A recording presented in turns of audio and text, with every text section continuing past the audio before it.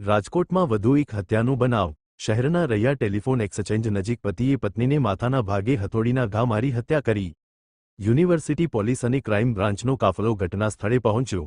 મૃતક Shilpaben wife of અલ્તાફભાઈ લાલાણી ઉંમર વર્ષ 40 Raiya telephone exchange Shivali apartment 102 ચામુંડાપાન બીએસએનએલ ઓફિસ પાસે રાજકોટ સવારે 10 વાગે પોતાના ઘરે હતા ત્યારે તેના પતિ અલ્તાફભાઈ સાથે કોઈ કારણસર ઝઘડો થતા પતિએ માથામાં હથોડી વડે માર મારતા ઇજાગ્રસ્ત થઈ જતા રાજકોટ સિવિલ હોસ્પિટલમાં વિભાગમાં લાવતા ડોક્ટરે મૃત જાહેર કર્યા હતા. અહેવાલ સંજય પોપટ.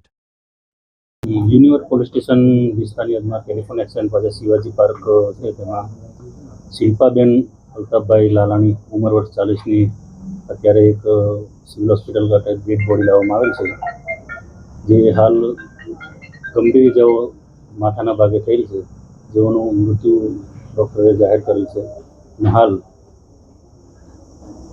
એના સંબંધી એના ભત્રીજી છે, ભત્રીજીની ફરિયાદ લેવાની તજવીજ હાથ ધરવામાં આવી છે અને આગળની તપાસ યુનિવર્સિટી પોલીસ દ્વારા કરવામાં આવી રહી છે. કઈ રીતે હત્યા નિપજાવવાની કોના દ્વારા? હાલ તો ફરિયાદ લઈને તપાસ કર્યા પછી બધી આવશે, પણ હાલ શંકા તરીકે એમના પતિનું નામ આવી રહેલ છે, જે એમના પતિએ નિપજાવેલું આવું શંકા દર્શાવી રહી છે. તીક્ષ્ણ હથિયાર હથોડી જેવું હથિયારનું હાલ વર્ણન આવી રહ્યું છે.